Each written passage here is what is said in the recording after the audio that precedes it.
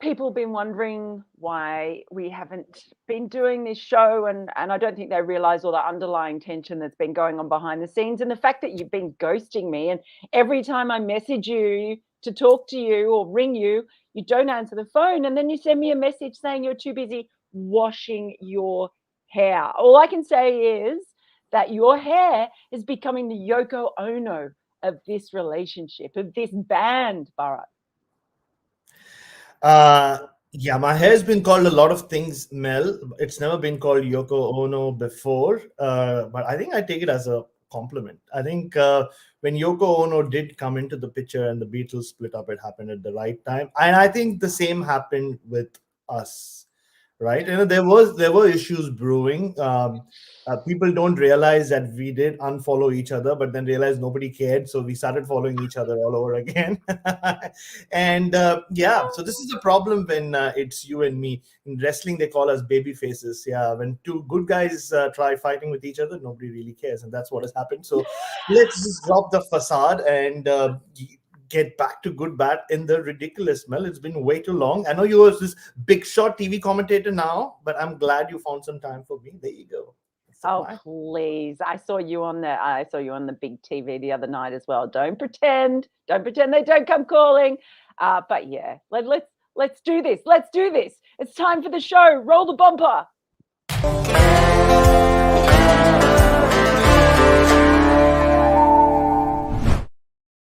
Hello, everyone, and welcome back to the good, the bad, and the ridiculous. Yes, we managed to get it together. There's been a lot going on in the world of cricket. Hello, Dheeraj Ragta. Yes, finally, so long. We're glad to be back. Hello, G Paul, to you as well. Nice Spider-Man face there. Really glad to have all of you joining in live. Really, really love seeing you here. If you have a nomination, please do feel free to drop it in. I can see Shanky, about time you two are back. Missed you guys. We missed you as well. We miss each other. Look, let's face it. We Indeed. can talk about fighting. We have missed each other. But boy, at the moment, it just feels like this T20 cricket 24-hour a day sort of cave. And it's the cave that I'm in at the moment. And it's been a bit like that, hasn't it, Bara? Yeah, especially for you. I mean, you stay up all night watching the T20 World Cup, and then I don't know how you do it. You're on those very comfortable looking leather chairs doing commentary for the WBBL. I don't know how your brain is managing to split the two apart and to compartmentalize. I mean, two T20 cricket, but two very different formats, a World Cup and a domestic league. But you're Mel Farrell, and you're still pulling it off. I, I, All I well, have to do is like sacrifice my sleep. See, this is the rustiness coming through, yes, isn't it? Like, the yeah, timing.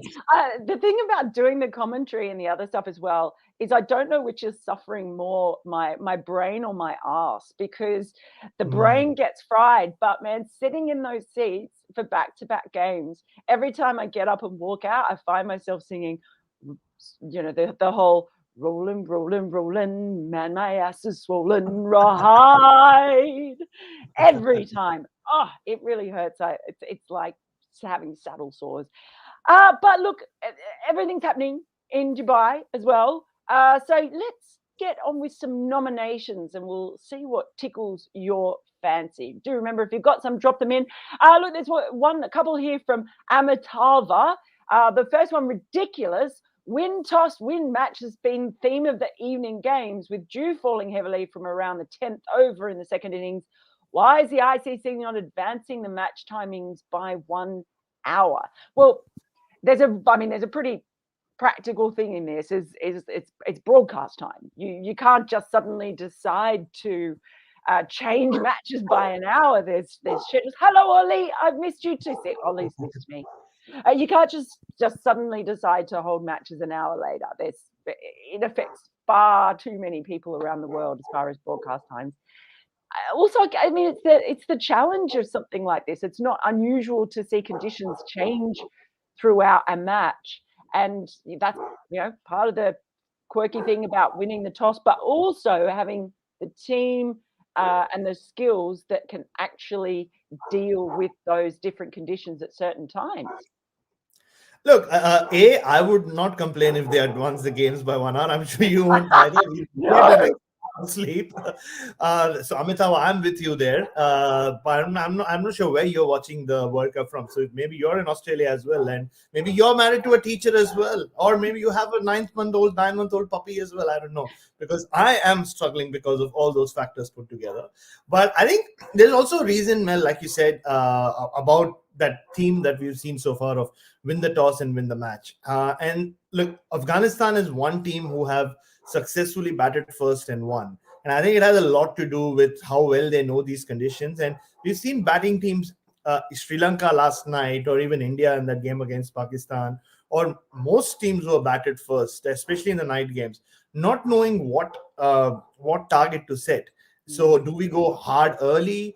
At what point do we switch gears? Sri Lanka decided to go hard early, and once Adam Zampa pulled them back, they were pretty lost. They didn't know what gear to go at. And I think that's one of the main reasons why teams batting first have struggled, and teams that have won the toss more likely than not have wanted to put the opposition in, see what they put on the board, so that at least they don't have to go searching for answers in terms of what's a good score here. Yeah, absolutely. It definitely has an effect when teams know what they're doing. I can see AJ Chawla saying, "I reckon if we had a World Cup in India, even more Jew would have been there. Can't be. Stop complaining." I don't know if it was a complaint, but it's a very very valid point that we had in the nomination about recognizing that theme, because it has been really really interesting. If we can just bring up that first one again, because there was a second nomination on there from Amitava. Good. David Warner's form. To be fair, it was very generous of Pereira to. He clearly felt sorry for David Warner. He's been copying so much, and he thought, you know what? Feel sorry for the bloke.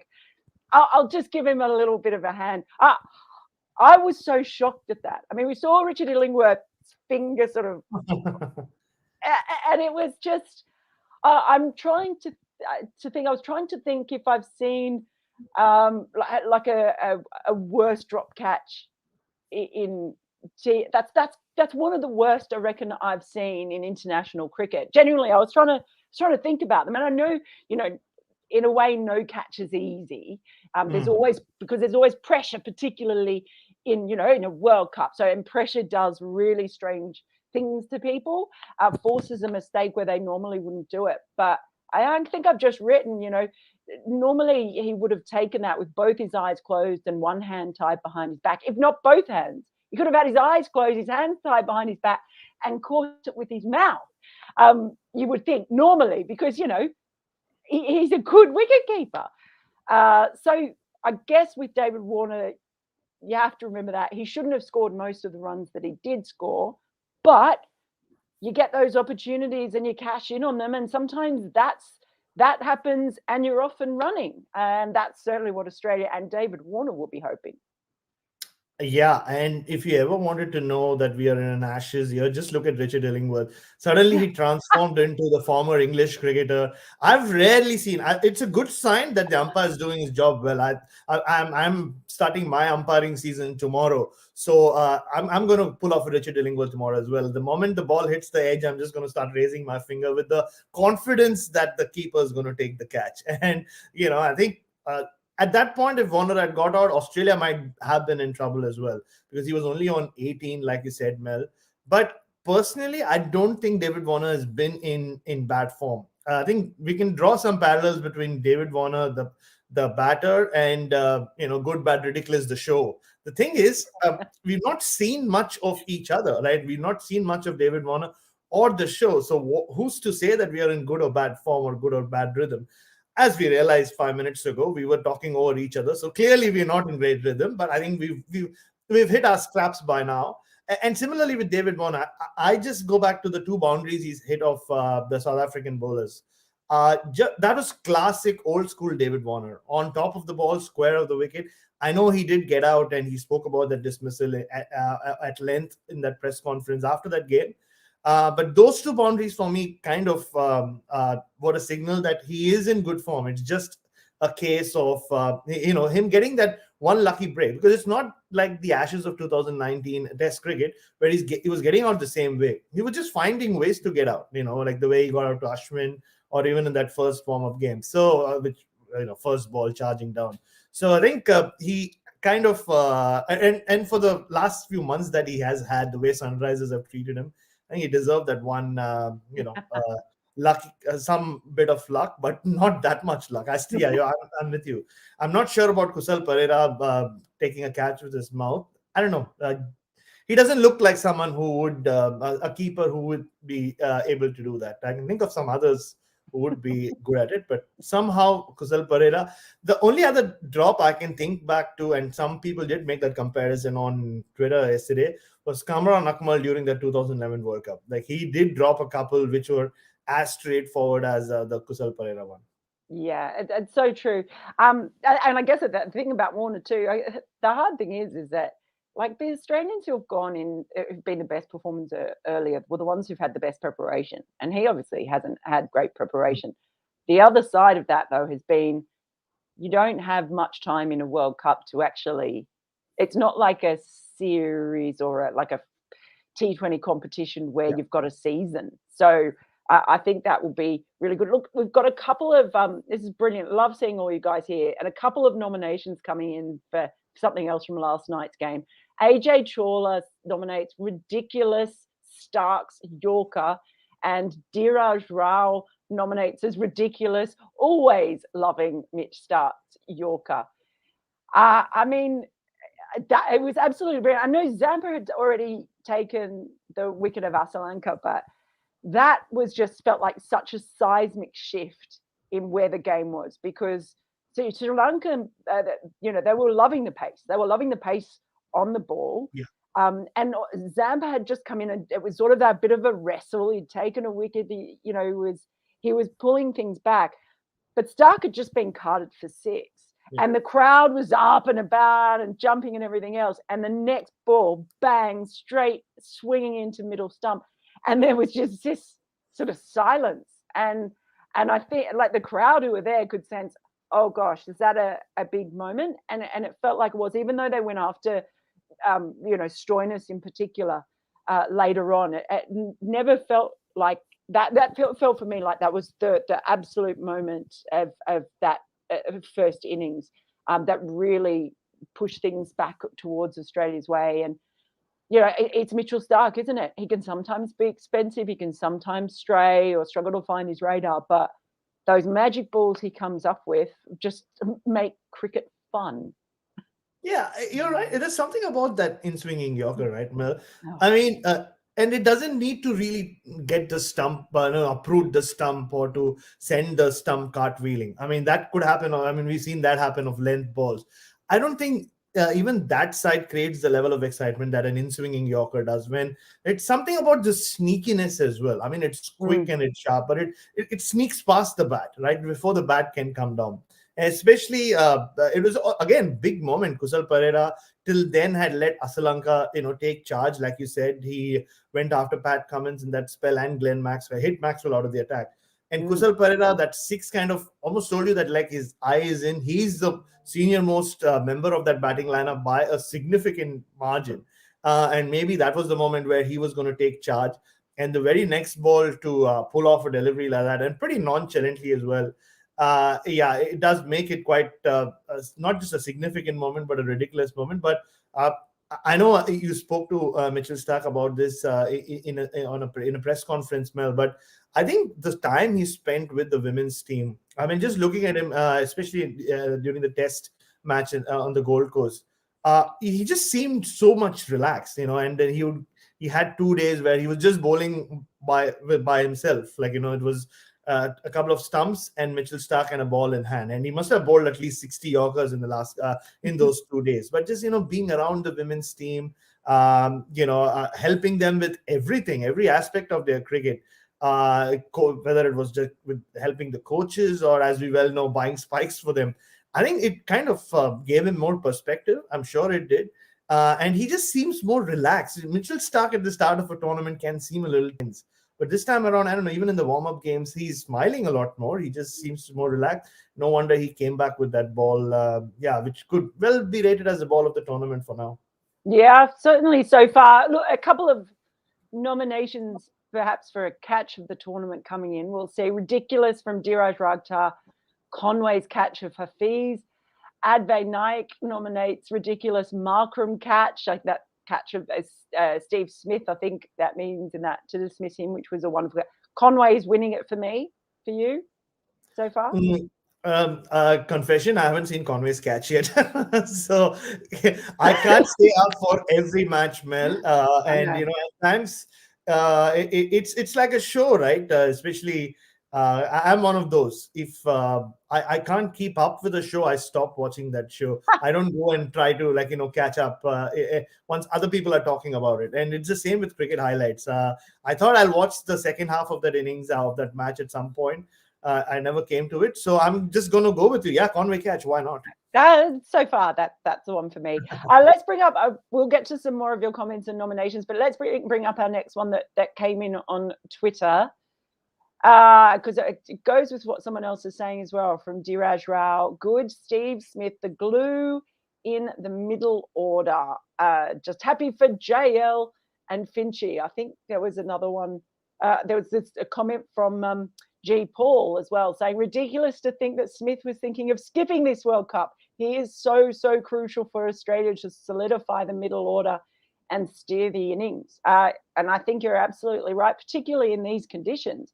Yep. And particularly when you have had runs, you have had Finch and Warner getting out early, not just in that first game, but just, generally it's been a little bit of a worry if they're going to get out, whether or not you think they're in form or not. So it's funny how Smith really has firmed, and it sort of felt like a while back there was a thought that would Steve Smith play? Not just would he go, but even would he be selected? Did he fit into that Australian side? But I think that people were absolutely right. It's so crucial, especially when it might be even more crucial because they're playing on some pitches at the moment that I think probably suit Australia better for now. But if they go further on in the tournament now with 2 wins under their belt, they're giving themselves certainly a pretty good chance. I think Smith might become even more important when it comes to them playing on a more difficult track and spin being, a really, really huge factor. No, I mean, I was honestly, I backed Steve Smith to play every game in this World Cup in particular from the start because, like you said, these conditions, and it's not just with Steve Smith and Australia. You see other teams as well.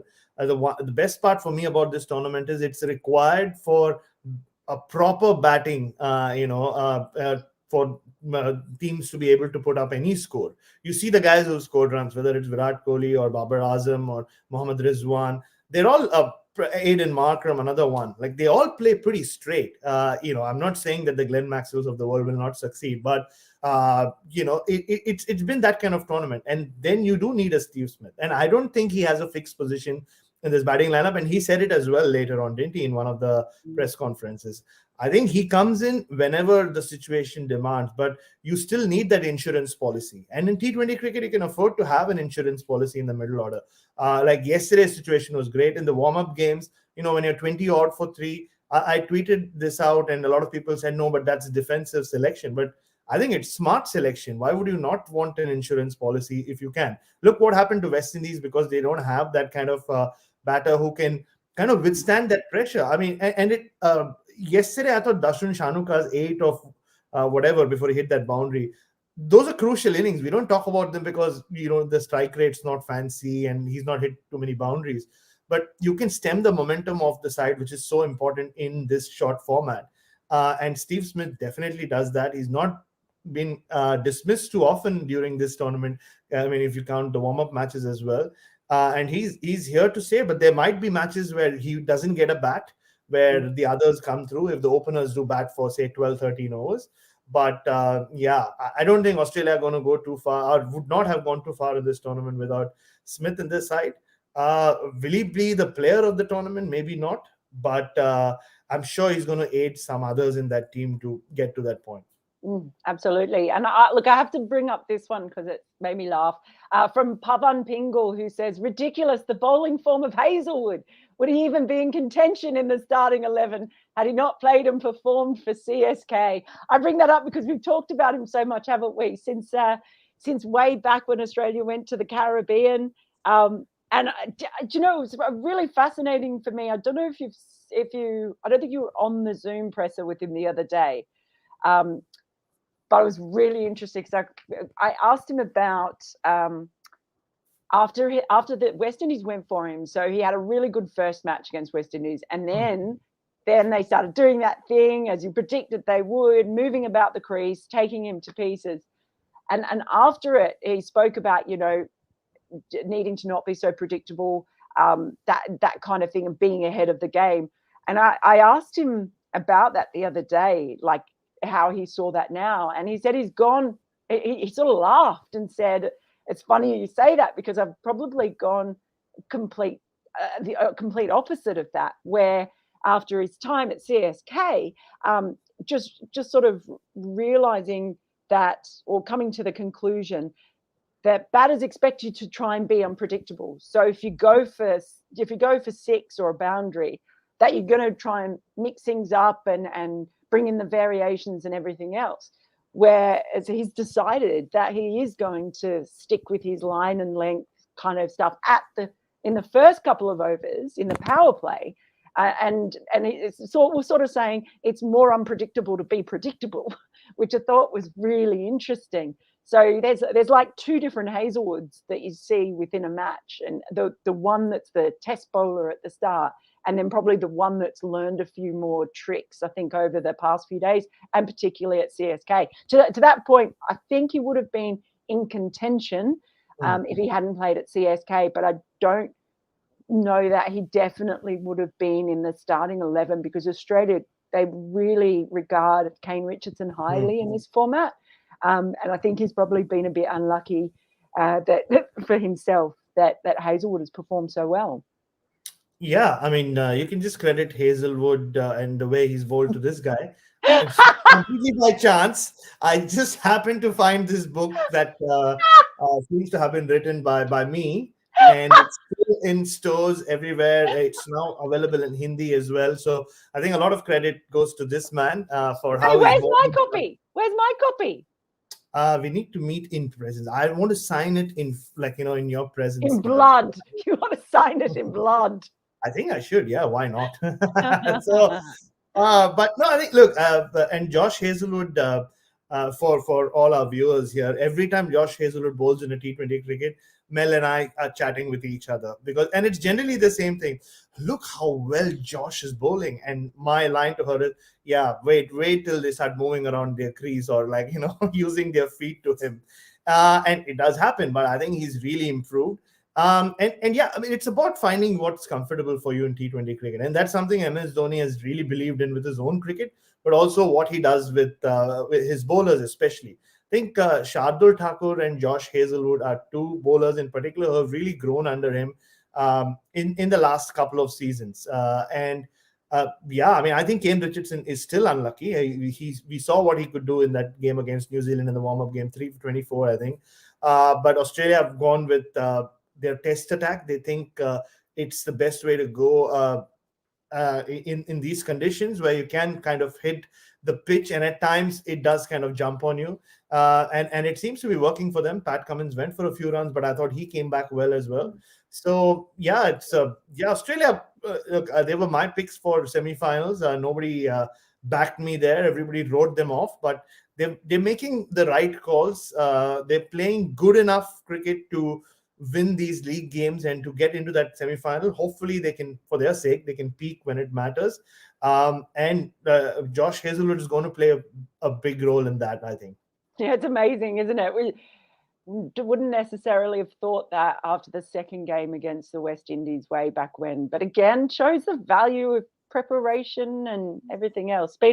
I think his story of becoming this T20 bowler is one of the most interesting storylines for Australia for me. It's been great to watch. Okay, let's bring up another nomination, shall we? People are loving your shameless plug, by the way.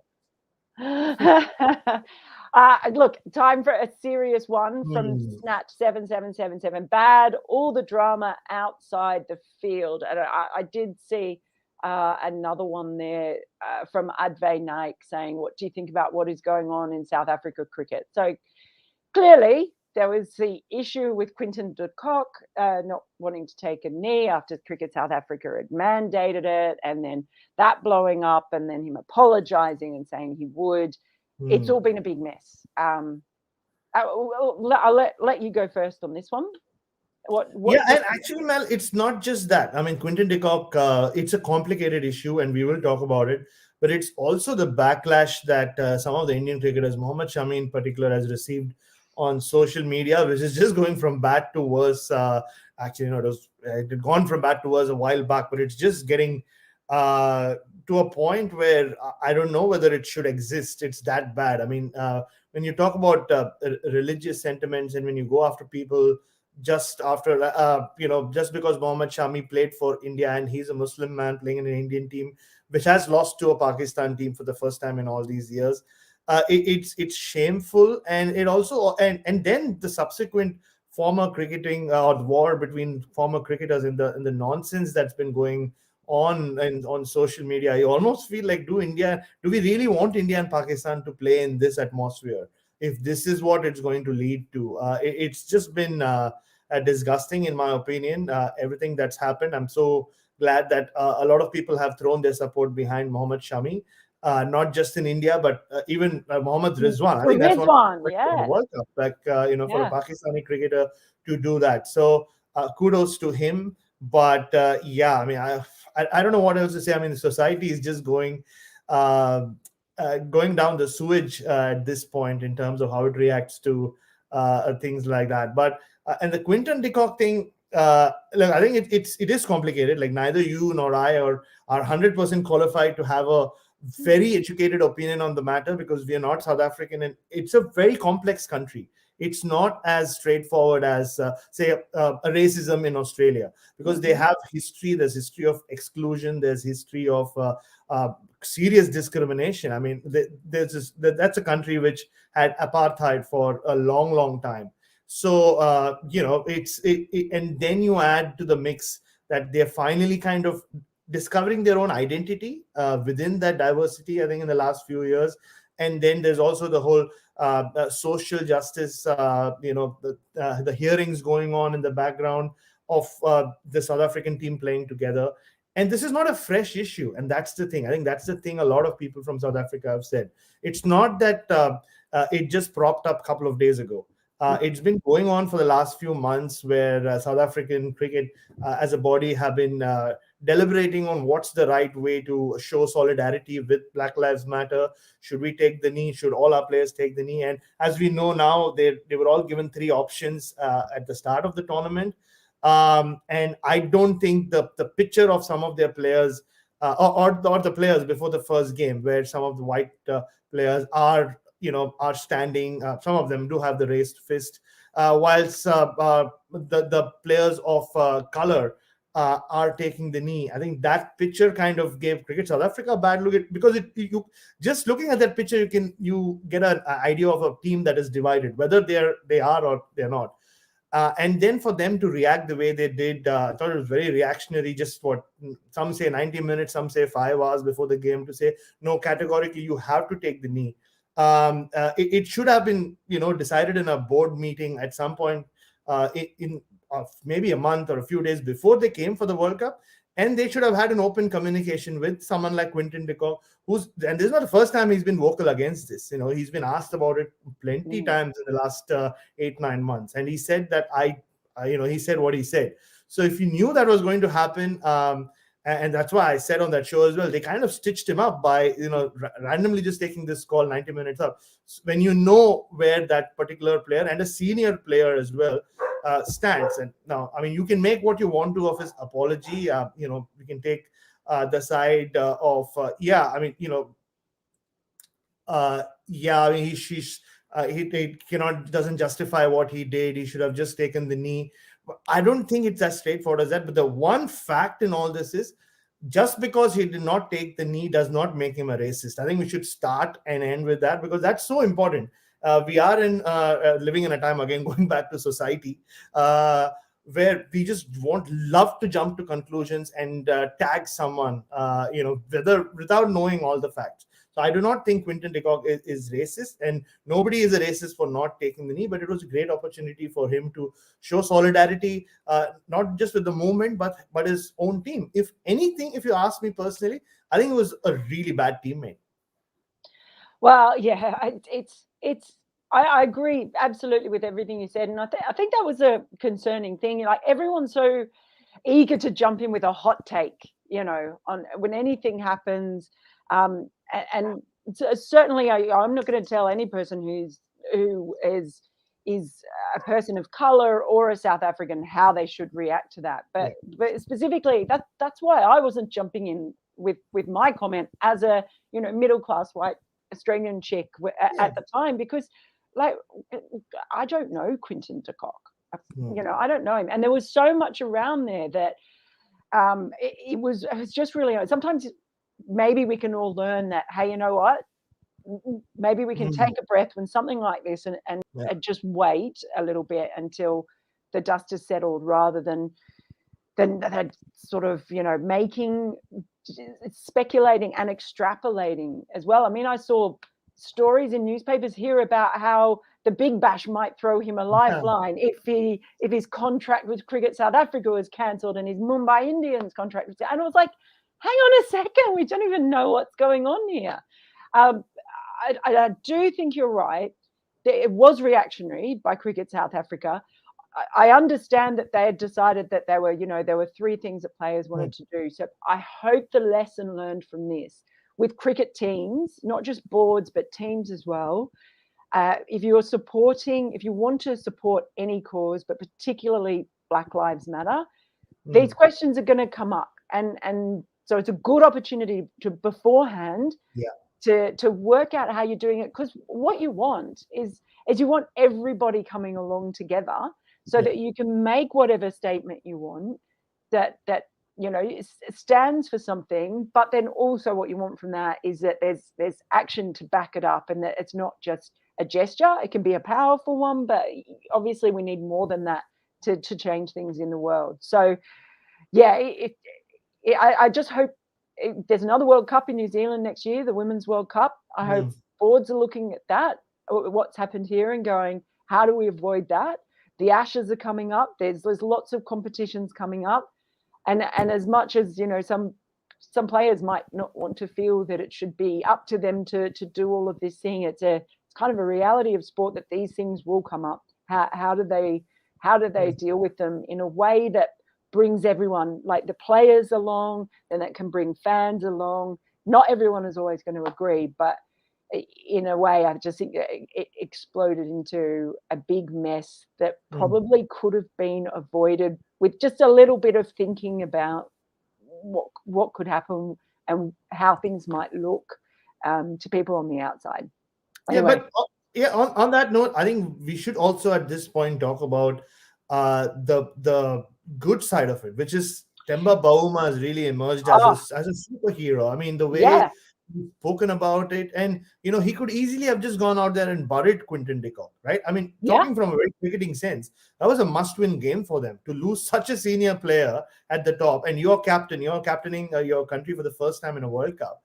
You could have easily felt let down on so many fronts. And he spoke so honestly about it, without really, laying him by the wayside. So I thought he handled himself beautifully. And also credit to Pommy Mbangwa and Darren Sammy. But finally, cricket, I think, yes, I mean, cricket took a great stance last year thanks to Michael Holding and, the West Indian team. But now I think it's becoming a bolder sport in that sense. At least we are talking about things which affect the real world on air, and which is very important. So I think there is a silver lining in all this, for sure. Absolutely. I completely agree with that. And I think some media commentators might have sort of learned a little bit from it as well. And, okay, maybe I shouldn't have jumped in there. Maybe it's worthwhile while waiting a bit. So there's nearly always something good that can come out of something that's not so good. Okay, time for another nomination. If we bring it up from Twitter, here we go. From Wise Cricket. good. That first over by Shaheen against India, Shaheen Shah Afridi. Well, we talk about Mitchell Starc and Magic Yorkers, but blimey, that I guess India Pakistan, first few overs, the anticipation and build up for that is a massive step beyond Australia and Sri Lanka, with no disrespect to those sides and the rivalry they do have, but I mean nothing compares to the build up for that. And wow, that was just absolutely mind blowing. He's just so good, and it does bring to mind some of the best bowlers that we've seen in cricket, and some of the best quick bowlers, and the way they're able to play those balls. But that for me has been absolutely one of the highlights of this T20 World Cup so far. Apologies to India fans, but most India fans on that sort of tagged me or whatever on Twitter were pretty much like, you know what, fair play. you got to acknowledge brilliant bowling like that. Yeah, especially in an India-Pakistan match. And, I think Pakistan's bowling has been, as a whole, has been the highlight of this World Cup, the ultimate highlight for me. It's always like, the best time to watch a Pakistan team is when they are firing as a bowling unit, and they have such great variety. And Shaheen Shah Afridi, he seems to improve every time. Every time he has a ball in his hand. We saw him in Australia a couple of years ago. He struggled in certain spells in the two tests, but he was always at the batters. There's just something about him. There's that magnetic presence about him. And as the Royals found out when they visited Pakistan a few years ago, I'm sure Prince William still talks about or was it Prince William, or was it his wife? One of them who learned cricket from Shaheen Shah Afridi. Will never forget that. It was his wife. His wife. It was Princess Kate. Yeah. It was Princess Kate. Yeah, I keep getting confused with those titles. I don't know who's princess, who's duke. Anyway, he's so skillful. He swings the ball, he seams the ball, he comes from a great height, and his control has improved immensely in the last few years. And he set the tone for Pakistan. He set the tone better than most Pakistan bowling attacks have in the past. I mean, you think back to previous India-Pakistan clashes in World Cups. The one match that everybody talks about is that 50-over match in 2003, when Sachin Tendulkar and Virender Sehwag tore into Shoaib Akhtar and Wasim Akram. And you're talking Wasim Akram, Wakharin, and Shoaib Akhtar all playing in that match. So you compare that to this, I think Shaheen Afridi outshone those guys, even though he has a long way to go to reach that level as a bowler. And he set the game up for India. That ball to KL Rahul, I think, yes, I mean, that's one ball which wasn't a Yorker, but which can be viewed on repeat, unless you're an Indian fan and you are really hating what I'm talking about right now. Yeah, it was absolutely magic. Just a couple in that ridiculous. West Indies all out for 55 against England. Simmons 17 in 36 balls against South Africa. West Indies it's like they've decided that's the way they're going to play. It hasn't come off for them yet. It might still come off, and you just don't know. It may still happen. It seems to be pretty tricky on these pitches, but they're a really interesting one for me because I'm just not quite sure where they're at the moment. I think, and they're also, especially the big name players, are the most overexposed cricketers in world cricket, right? You know so much about them. And I think the team, both England and South Africa, and actually go back to Pakistan and Afghanistan in the warm-up games, they've just bowled so well to them, the plans that they've had. Temba Bavuma, the field that he set for both Russell and Pollard. I know MS Dhoni, cheap plug again, had set that field for Pollard back in the 2010 IPL final, that man right behind the umpire. But he had that man for both of them, even though a couple of boundaries went to either direction of that fielder. He didn't move that guy, and it paid off eventually. Pollard was dismissed there. 55 all out, I thought, was just an aberration, like 36 all out here in Adelaide, India, in that test match. It was one of those days, everything just went to hand. But I think they did struggle in that second game. Andre Russell, world beater when it comes to T20 cricket in league cricket, but he still needs to put out that great World Cup performance for West Indies in a big event. I remember he did that in the semi-final against India in 2016, but Yeah, I think he owes them that one big performance. Hopefully, it can come. Look, they've left themselves with not a great chance to go through. They need some other results to go their way. But first things first, like Karen Pollard said, they need to win that one match. They're playing tomorrow against Bangladesh. Hopefully, that goes their. Or no, actually, they're playing tonight against Bangladesh. So hopefully, that goes their way. Yeah, and they've been found out like a lot of other teams have been because of the slowness of the pitches and the size of the boundaries as well. So Sharjah, smaller ground, maybe it'll work in their favor. Yeah, yeah, we'll see. It's certainly an interesting one. Now, just a quick one here from Broken Cricket Dreams. Hello, guys. Nominates for good. Have we talked about the beauty of the story of Namibia and Scotland? Yeah, Namibia for me is the feel good story. You've got to have one real feel good story, haven't you? And for me, seeing Namibia and win, you win in the Super 12 stage as well, not just in the horrible qualifying stage that I'll be glad to see the back of. Just really good, and I don't know if they'll win another one. They might. It'll be tough, but I just think they've been great fun to watch. They've got some really good. They've got some really good players in there. Scotland, I thought, have obviously underperformed a bit in the Super 12 stage because they've actually got such a good bowling attack. And they've got some really good sweepers of the ball as well. So I can see Ali saying, "Do you think Namibia can upset any of the big teams in this World Cup?"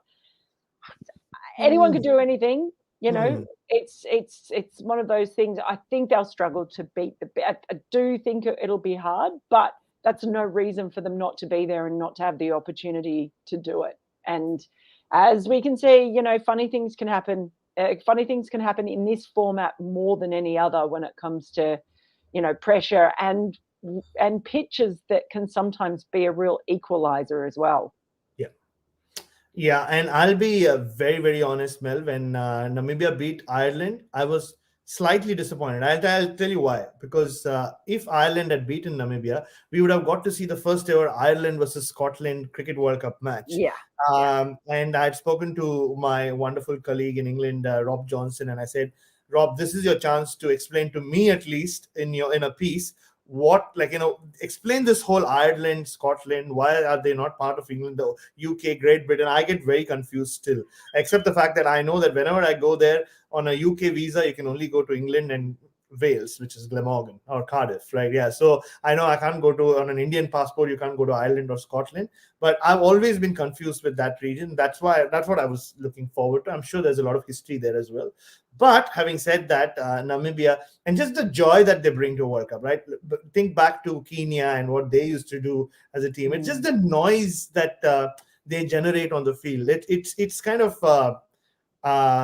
it kind of raises the bar. You don't see that. There's almost a level of innocence to it, isn't there, Mel? Like, the way they celebrate a wicket, or there's a sense of, did we just do that? Like, did we just get this guy out, or did we just produce this thing? So I think it's major for them. It does help that they have someone like a David Wiese, who's seen it all in international cricket and of course in league cricket, guiding them. But there are a lot of other guys as well in that team who've been around for a long time around this Namibian outfit, and they seem to be putting their hand up. To Ali's point, could they upset someone? If they bowl first and somehow keep the opposition down to around 140, look out. Something could happen. Just the way David Wiese has been striking the ball. And put yourself in his position, right? He has a point to prove. There are some who will just say, look, you weren't good enough at the highest level, so you just go on and play like, you're applying your trade for someone else. You never really did much in the IPL, but you've done well in some of the other leagues. So he has a point to prove as well, to tell these people that, look, yeah, I mean, it's not, that's not the case. So you never know. I think if they have to do that, they have to bowl first and keep the opposition somehow to 130 or 140. You never know. You never know. Don't worry. It's not going to happen against India. I know a lot of people from India are on this show, but but it's unlikely. But it's good that they're here, and we're going to see them for 4 more matches. Oh, and it's also so good that David Wiese is there, because he has, and I'm sure you can appreciate this, the best hair in the competition by a long way. Yes, best conditioned. Really, Yeah, I It's think so. outstanding hair, and I know that's something that you look at a lot. But I think it deserves its own recognition. Oh, for sure. Yeah. Yeah, look, we've gone far beyond the time that we normally do. I know that there are so many more nominations and questions out there, but I think the solution to that is that we won't leave it quite so long to the next time. How about that? In the meantime, but the time has come. Haven't done this for so long, I almost forgot. For Hmm. the goodest thing of the day.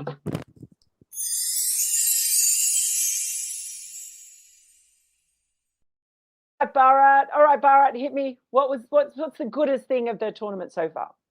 Firstly, the fact that my wings seem to have gone longer in that picture, but I think, and a lot of people are not going to like this, but I think it's been Pakistan's bowling for me. It's just the variety that they brought to this, to this World Cup.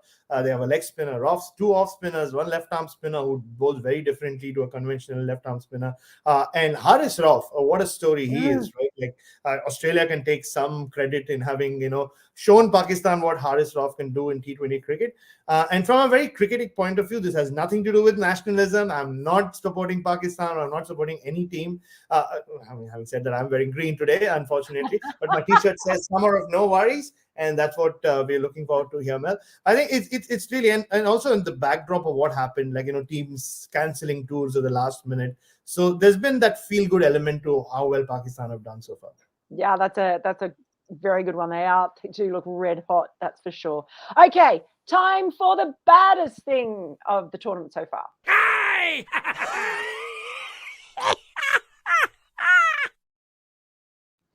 It's been a while since we've seen it. Hey, that's and I think there's a lot that can be like with like for the for good, the winner for the good as well. But similarly, there are a lot of things that have happened which can fit into that category. But I think we spoke about this earlier. It's just been the overreaction on social media to a lot of things, a lot of negativity. I don't know why there's so much negativity in this world, Mel. Unfortunately, there is.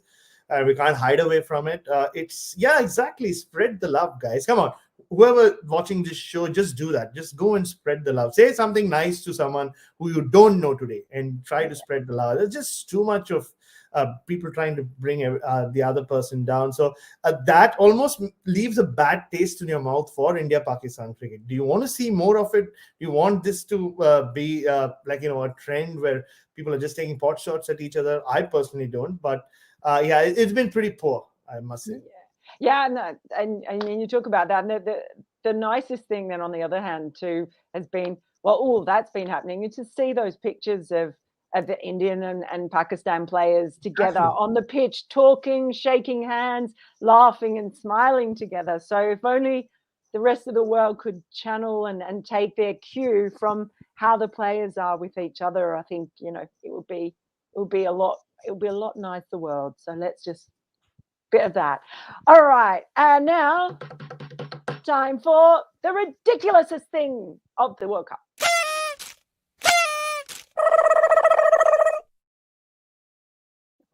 Oh, I missed that. I forgot my glasses. They're in the other room. Oof, that's a tough one. I mean, Kusal Pereira's catch is right up there. I've never seen a fielder, or trick even or let even the umpire down. I mean, the umpire got a bad look there. Like Richard Illingworth kind of jumped the gun there. So I think that's pretty. It's right up there. But I want to talk about a tweet of mine from last night, and I spent a lot of time collating those pictures of how, uh, on what basis Justin Langer decides where the players need to receive a patch. Like, yeah, Yeah. because I noticed Stoinis is always the butt. I don't know why. There has to be some logic there. Some people felt that because he didn't have such a great day with the ball, so if you don't do too well, it's the bump pat. Otherwise, it's the back pat. But I think there's something we need to ask Justin. Yeah, but Justin Langer, he himself has been a story as well. His expressions have changed. That little and that could be a nomination as well. The over exaggerated reaction from Glenn Maxwell, where he just collapsed in his seat just because Justin Langer, the martial artist, like tapped him on the shoulder. So yeah, Justin Langer tapping or patting his players for me in a funny way has been pretty fun and ridiculous. Yeah, so I actually have a theory that Marcus Stoinis has a magnetic butt, because Mm, remember in the team lineup there was one where he and Adam Zampa were in it, and yeah. Adam Zampa had his hand resting on Marcus Stoinis's butt cheek. So look, maybe there's something in there. There's just something about his butt that makes his teammates and his coach want to get their hands on it. Okay, Adam No, Zampa no and Justin judgment Verlaine. from me. You think Yeah, so? Yeah, no, I'm not no judging them at judgment all. from me. That's I think that's perfectly reasonable. One thing that he probably doesn't have is, or maybe he does, and know what it's like to have a sore butt from sitting in a commentary chair for an entire day, and that is exactly where we started this whole thing. So thank you all for joining us. So good. Yeah, really love that. And someone's even said something. Shastri Bhargav has said, "Hey Mel, just dropped in here to say loved your stint during the Renegades Thunders game in the WBBL." Thank you so much, because big secret, but I have been really nervous about doing the commentary, so I really appreciate the feedback, bad feedback as well as good feedback. It's all good. Just trying to learn.